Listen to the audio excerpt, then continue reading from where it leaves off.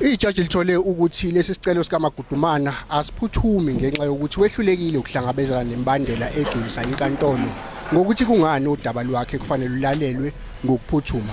She has therefore not complied with all requirements for the matter to be heard on an urgent basis.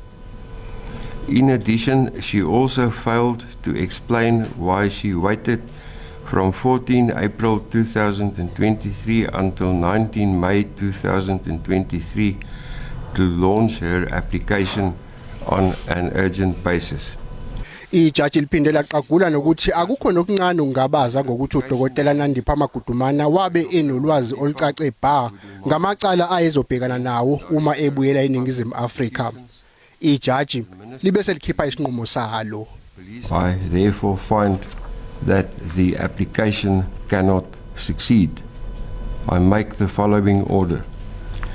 The application is dismissed with costs, including the costs of 2 counsel where so employed by respectively the 1st to 3rd respondents and the 6th respondent.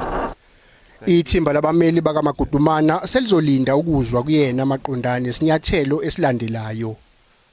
Where we are now, we're going to be taking instructions from our client, and we will also, arrange an urgent meeting with the legal team, just to ventilate on a myriad of issues, coming from this judgment.